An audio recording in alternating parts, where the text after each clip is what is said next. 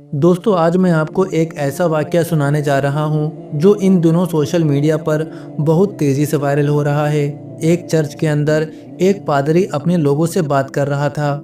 लोगों को लगा कि वो हमेशा की तरह अपने मज़हब की बातें करेगा, नसीहत करेगा और वही आम बातें होंगी।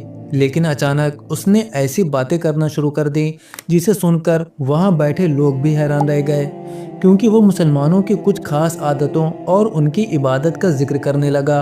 और सिर्फ जिक्र ही नहीं, बल्कि अपने लोगों से कहने लगा कि अगर तुम समझना चाहते हो कि मजहब पर सच में कैसे चला जाता है, तो कभी मुसलमानों को भी देखकर सीखो। And you say this, all the forests belong to the Lord, including this one. You see what they will do to you. You see what they will. And see the Christians who pretend there's nothing like a church building. Go and stand inside the mosque and say there's nothing like a religious building. Wallahi can't really say Allah. सबसे पहले पादरी ने एक आसान सी बात समझाई।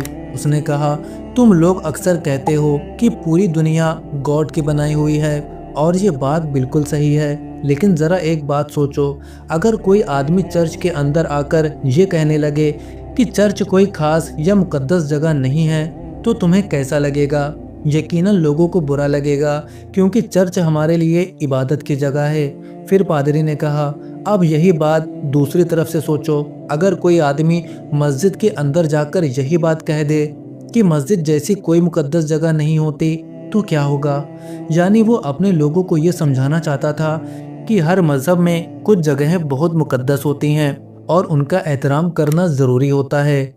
इसके बाद पादरी ने मुसलमानों की एक और बात का जिक्र किया। उसने कहा, ज़रा सोचो, अगर चर्च में आने से पहले तुम्हें जूते उतारने पड़े, अपने हाथ पैर धोने पड़े और खुद को साफ करके अंदर आना पड़े, तो शायद बहुत से लोग चर्च आना ही छोड़ दें। लेकिन मुसलमान क्या करते हैं? वो नमाज से पहले वज़ू करते हैं, अपने हाथ, मुंह और पैर धोते हैं, फिर जूते बाहर उतारकर मस्जिद में दाखिल होते हैं। यानी इबादत से पहले सफाई और पाकीज़गी का पूरा ख्याल रखते हैं। फिर पादरी ने एक और दिलचस्प बात कही। उसने कहा, जब मुसलमान अपने नबी का नाम लेते हैं तो बड़े अदब के साथ लेते हैं, और जब अपने इमाम का जिक्र करते हैं तो भी पूरी इज्जत के साथ। यानी उनके अंदर अपने दीन से जुड़ी शख्सियतों के लिए बहुत एहतराम होता है।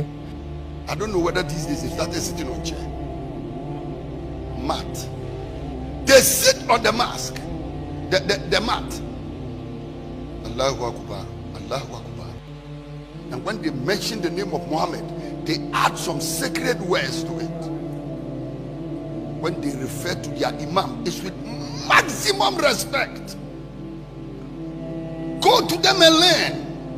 इसके बाद पादरी ने अपने लोगों से कहा, तुम लोग हफ्ते में एक बार चर्च जाते हो, लेकिन मुसलमान हर दिन मस्जिद जाते हैं, और सिर्फ जाते ही नहीं, दिन में 5 बार, सुबह फज्र, दोपहर ज़ुहर, शाम से पहले असर, सूरज डूबते ही मगरिब और रात को इशा, हर दिन लगातार।